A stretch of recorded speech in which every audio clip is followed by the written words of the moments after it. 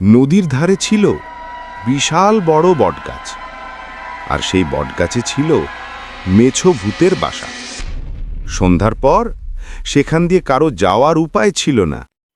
বিশেষ করে মাছের গন্ধ পেলে ঝাঁপিয়ে পড়ত। আর এই বটগাছের ধারে নদীতে যদি কোনো জেলে মাছ ধরত, তাহলে ভূত তার উপর ঝাঁপিয়ে পড়ত, সব মাছ কেড়ে নিত।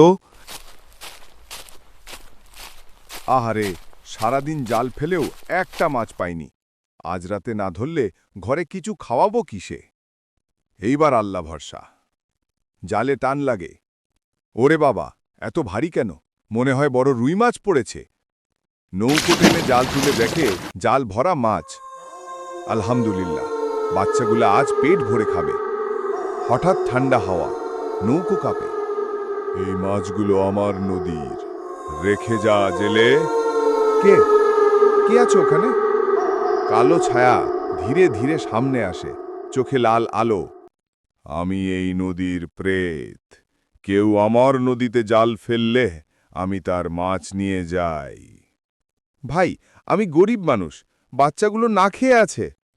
আমার নদীতে কেউ ভাত রাঁধে না, রেখে যা সব মাছ। ঝড়ো বাতাস।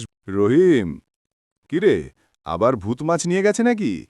হ চাচা, প্রতিদিন যা ধরি রাতেই ভূত নিয়ে যায়।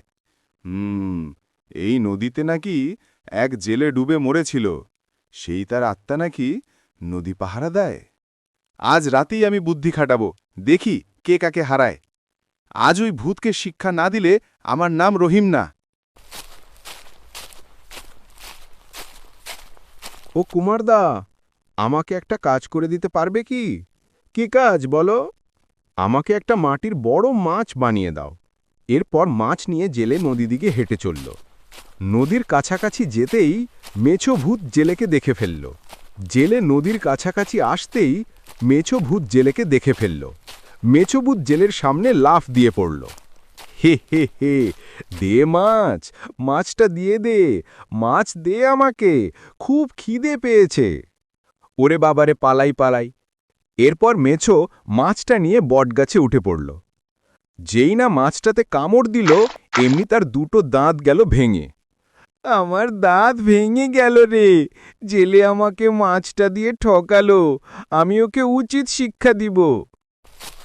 এরপর বেশ কয়েকদিন কেটে গেল। একদিন রাতে পাশের গ্রামে একটা কাজে গিয়েছিল জেলে। ফিরতে ফিরতে তার রাত হয়ে গিয়েছিল। এরপর জেলে না জেলে ওই বটগাছের নিচে এসেছে। মেছো ভূত লাফিয়ে জেলের সামনে এসে পড়ল। তারপর জেলের গলা চেপে ধরল। কি করছিস? যারা আমায় ছাড়। জানিস জেলে মরলে কি হয়?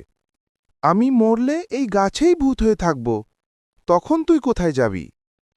এই কথা শুনে মেছো ভূত তার গলাটা ছেড়ে দিল।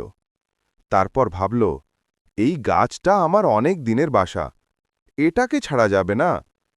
তুই আমাকে মাটির মাছ দিয়ে ঠকিয়েছিলিস কেন? তার জন্য আমার দুটো দাঁত ভেঙে গেছে। আমি কেন তোকে ঠকাতে যাব ভাই? আমি তো মাছটা কিনে নিয়ে যাচ্ছিলাম, আমার নাতিরা ঠেলবে বলে। তুই সত্যি ভেবে সেটা খেতে যাবি, আমি কিভাবে জানব? ওর দিন সন্ধেবেলা জেলে কিছু মাছ নিয়ে ওই নদীর পার বটগাছের নিচে হাজির হলো। কই রে মেছো, কই কই তুই? তোর জন্যে মাছ ধরেছি। নিয়ে যা চাইলে।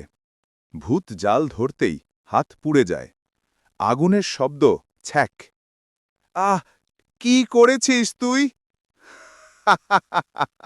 বুদ্ধি লাগিয়েছি, নদীর প্রেত। ভূত নদীতে ডুবে যায়। পানিতে আলো ঝলমল করে। রহিম ভাই, রাতে কি ভূত এলো? হ্যাঁ, এলো, কিন্তু এবার আর ফিরবে না।